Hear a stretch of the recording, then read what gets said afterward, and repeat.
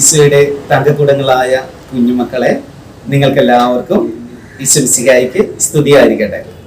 നമുക്ക് കൈകൂപ്പി പിടിച്ച് സാർ ചൊല്ലിത്തരുന്ന പ്രാർത്ഥന ഏറ്റുചൊല്ലുക. ഈശോയെ, അവിടുത്തെ കൽപ്പനകൾ പാലിക്കുവാനുള്ള കൃപാവരം ഞങ്ങൾക്ക് നൽകി അനുഗ്രഹിക്കണമേ. പിതാവിൻ്റെയും പുത്രൻ്റെയും പരിശുദ്ധാത്മാവിൻ്റെയും നാമത്തിൽ ആമേൻ. ഇനി നമുക്ക് ക്ലാസ്സിലേക്ക് കിടക്കാം. നാം ഇന്ന് പഠിക്കുവാൻ പോകുന്നത് കുമ്പസാരം എന്ന കൂദാശയെ കുറിച്ചാണ്. എന്താണ് കുമ്പസാരം എന്ന കൂദാശ? കർമ്മപാപത്തിൽ നിന്ന് നമ്മെ മോചിപ്പിച്ച് പ്രസാദവരത്തിൽ ജീവിക്കുവാൻ നമ്മെ സഹായിക്കുന്ന കൂദാശയാണ് കുമ്പസാരം. ഓക്കെ, നിങ്ങൾ എല്ലാരും കൂടെയാണല്ലോ പറയുന്നത്. സാറിന് ഒത്തിരി ഒത്തിരി സന്തോഷമായി.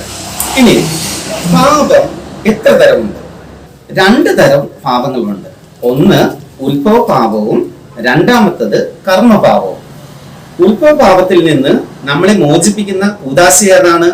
ആരെങ്കിലും പറയുമോ? മോൾക്കറിയോ? മോൾക്കറിയാല്ലേ? ഓക്കെ, എല്ലാരും കൈ പൊക്കുന്നുണ്ടല്ലോ. സാറിന് ഒത്തിരി വീണ്ടും സന്തോഷമായി. ഉത്ഭവ പാപത്തിൽ നിന്ന് നമ്മെ മോചിപ്പിക്കുന്ന കൂദാശയാണ് ജ്ഞാനസ്നാനം, അല്ലെ? ഉത്ഭവ പാപം എങ്ങനെയാണ് നമ്മളിലേക്ക് വന്നു ചേർന്നത്? നമ്മുടെ ആദ്യ മാതാപിതാക്കളായ ആദവും ഹവ്വായും പാപം ചെയ്ത് ദൈവത്തിൽ നിന്ന് അകന്നുപോയി, അല്ലെ? ദൈവത്തിൽ നിന്ന് അകന്നുപോയി. അതോടുകൂടി ഉത്ഭവ പാപം, അതായത് മനുഷ്യരിൽ എല്ലാവരിലേക്കും ഉത്ഭവ പാപം കടന്നു വന്നു. ആ ഉത്ഭവ പാപത്തിൽ നിന്ന് നമ്മെ മോചിപ്പിക്കുന്നതിന് വേണ്ടിയിട്ട് ഈശോ സ്ഥാപിച്ച കൂദാശകളിൽ ഒന്നാണ് ജ്ഞാനസ്നാനം. മറന്നുപോയോ? ഇല്ലല്ലേ? ഓക്കെ, സന്തോഷായി. അപ്പോൾ ഉത്ഭവ പാപത്തിൽ നിന്ന് നമ്മെ മോചിപ്പിക്കുന്ന കൂദാശ ജ്ഞാനസ്നാനം. ഇനി കർമ്മപാപം, രണ്ടാമത്തത് കർമ്മപാപം. കർമ്മപാപത്തിൽ നിന്ന് നമ്മെ മോചിപ്പിക്കുന്ന കൂദാശ ഏതാണ്? ഇതിനു മുമ്പ് നമ്മൾ പറഞ്ഞതാണല്ലോ, കുമ്പസാരം. ഓക്കെ, അതൊക്കെ തന്നെ കുമ്പസാരം. കർമ്മപാപത്തിൽ നിന്ന് നമ്മെ മോചിപ്പിക്കുന്ന കൂദാശ കുമ്പസാരമാണ്. ഇനി കർമ്മപാപം. കർമ്മപാപം എന്നാൽ എന്ത്? ഒരു വ്യക്തി നന്മ തിന്മകൾ തിരിച്ചറിയുവാൻ പ്രാപ്തി ആയതിനു ശേഷം അവൻ സ്വയം മനസ്സാലെ ചെയ്യുന്ന വേദപ്രമാണങ്ങളുടെയും തിരുസഭ കൽപ്പനകളുടെയും ലംഘനമാണ് കർമ്മപാപം. ദൈവകൽപ്പനകൾ എന്തൊക്കെയാണെന്ന് നിങ്ങൾക്ക് അറിയാവുന്നതാണ്. ഒരു ചോദ്യം, ദൈവകൽപ്പനകൾ എത്രയുണ്ട്? 10, അല്ലെ? എല്ലാവർക്കും അറിയാം. 10 കൽപ്പനകളാണ് നമുക്കുള്ളത്. പിന്നെ തിരുസഭയുടെ കൽപ്പനകൾ എത്രയുണ്ട്? ആർക്കെങ്കിലും അറിയോ? നമ്മൾ പഠിച്ചതാണ്, 3ാം ക്ലാസ്സിൽ നമ്മൾ പഠിച്ചതാണ്. ഓർക്കുന്നുണ്ടല്ലേ? എത്രയാണ്? 5, അല്ലെ? ഏതൊക്കെയാണെന്ന് സാറിപ്പോ ചോദിക്കുന്നില്ല. ഇനി കർമ്മപാപം തന്നെ 2 വിധത്തിലുണ്ട്. ഏതാണ്?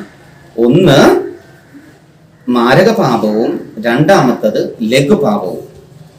മാരകപാപം എന്ന് പറയുന്നത് വേദപ്രമാണങ്ങളുടെയും തിരുസഭ കൽപ്പനകളുടെയും ഘനമായ ലംഘനമാണ് മാരകപാപം എന്ന് പറയുന്നത്. മാരകപാപം ചെയ്ത ഒരു വ്യക്തിയും കുമ്പസാരിക്കാതെ കണ്ട് ദിവ്യകാരുണ്യം സ്വീകരിക്കാൻ പാടില്ല.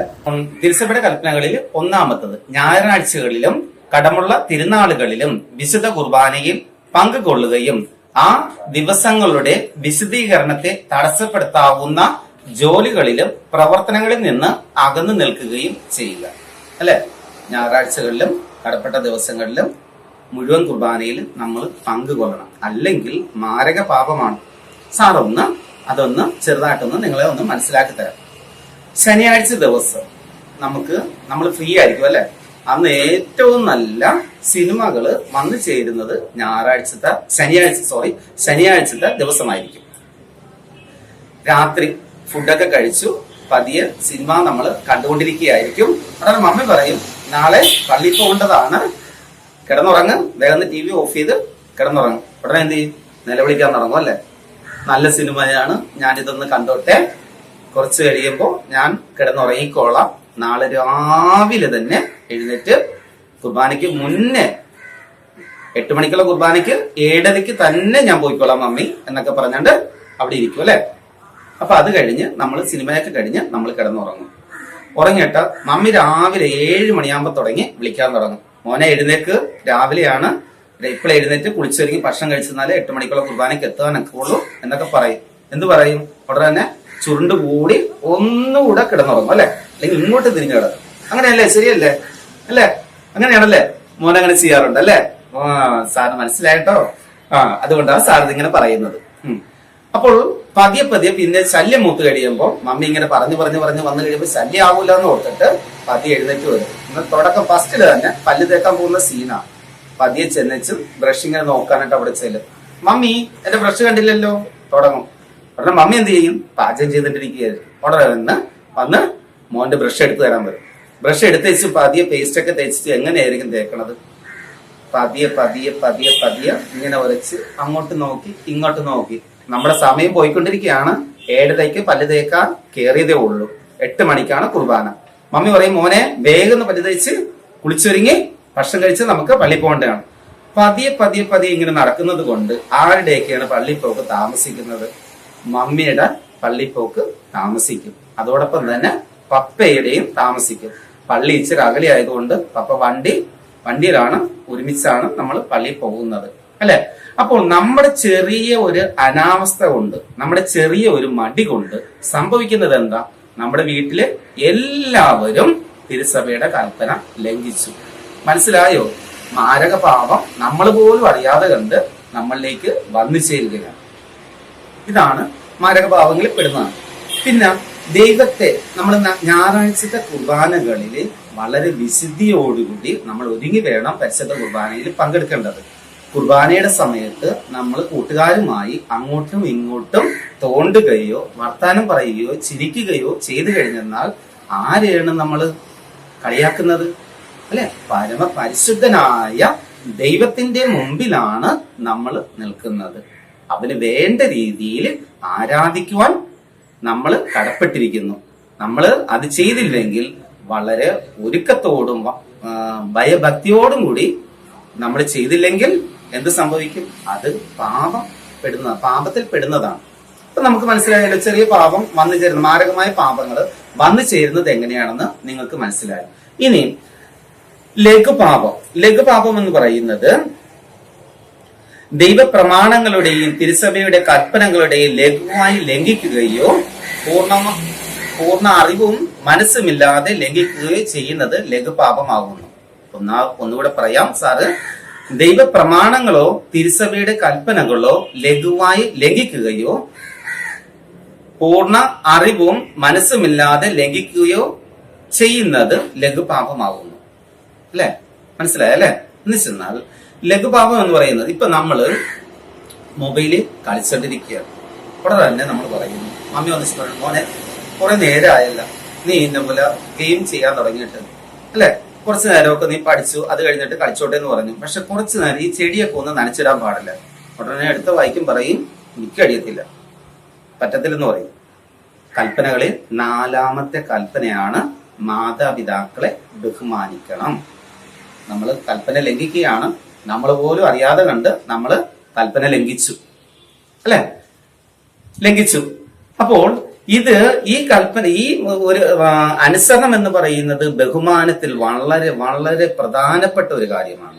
ഈശോ ദൈവമായിരുന്നിട്ട് പോലും ഇവിടെ പൂർണ്ണമായിട്ട് മാതാപിതാക്കൾക്ക് കീഴ്പ്പെട്ടുകൊണ്ടാണ് ഈശോ ജീവിച്ചത് അല്ലെ. നമ്മൾ കുഞ്ഞനാളി പഠിച്ചതാണ് അല്ലെ, മാതാപിതാക്കൾക്ക് കീഴ്പ്പെട്ടുകൊണ്ടാണ് ഈശോ ജീവിച്ചത് അല്ലെ. അതുപോലെ തന്നെ നമ്മളും അനുസരണയോടുകൂടി ജീവിക്കണം.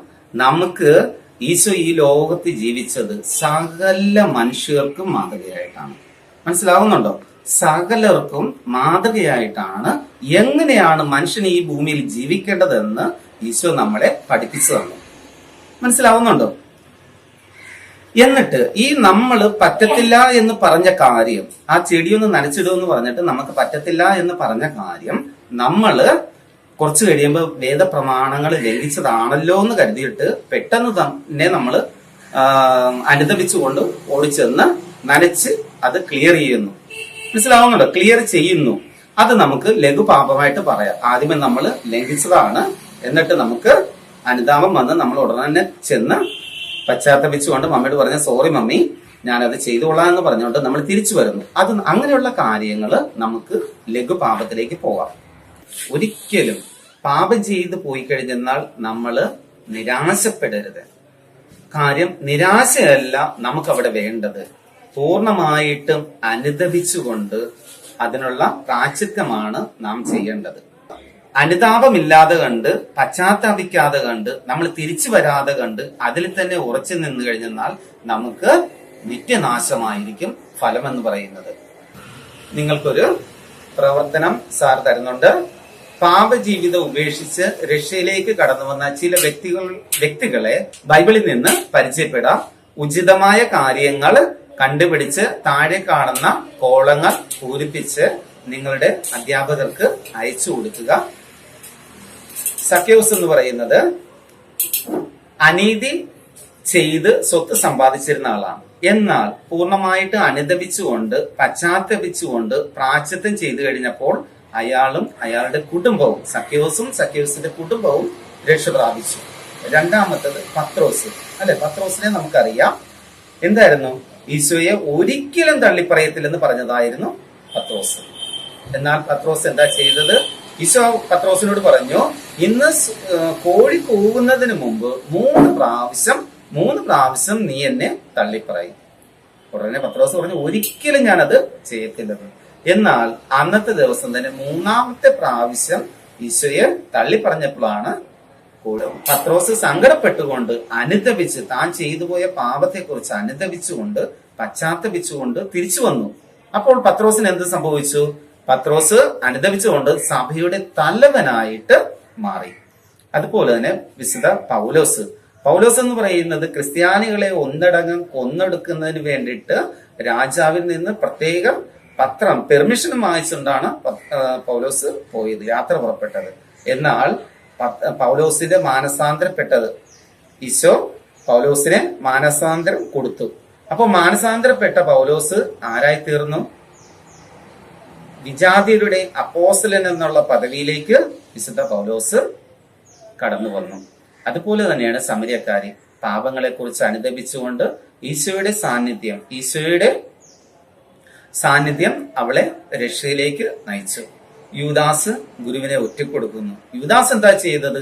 പാപങ്ങളെ കുറിച്ച് സങ്കടപ്പെട്ടു. എന്ന് വെച്ചാൽ കുറ്റബോധമാണ് യൂദാസിലേക്ക് കയറി വന്നത്, അനുതാപമല്ല, കുറ്റബോധം കയറി താൻ ചെയ്തത് തെറ്റായിപ്പോയി, ഇനി ഒരിക്കലും എന്നെ രക്ഷിക്കുവാൻ ആരെക്കൊണ്ടും സാധ്യമാകത്തില്ല എന്നുള്ള ഒരു കുറ്റബോധത്തോടുകൂടി നിരാശപ്പെട്ടുകൊണ്ട് യൂദാസ് കടന്നുപോയപ്പോൾ യൂദാസിന് എന്താ സംഭവിച്ചത്? നിത്യനാശമാണ് യൂദാസിന് സംഭവിച്ചത്. പ്രിയപ്പെട്ട കുഞ്ഞുമക്കളെ, നമ്മൾ ഒരിക്കലും പാപം ചെയ്യും, നമ്മൾ മനുഷ്യരാണ്. ആ പാപം ചെയ്തു പോയി കഴിഞ്ഞാൽ പാപത്തിൽ തന്നെ ഉറച്ചു നിൽക്കാതെ കണ്ട് തിരിച്ചു വരുന്നതിന് വേണ്ടിയിട്ടാണ് ഈശോ നമ്മോടുള്ള സ്നേഹത്താലാണ് കുദാശകളിൽ കുമ്പസാരം എന്ന കുദാശ സ്ഥാപിച്ചിരിക്കുന്നത്. ഈശോ നമ്മളെ എല്ലാവരെയും അനുഗ്രഹിക്കട്ടെ.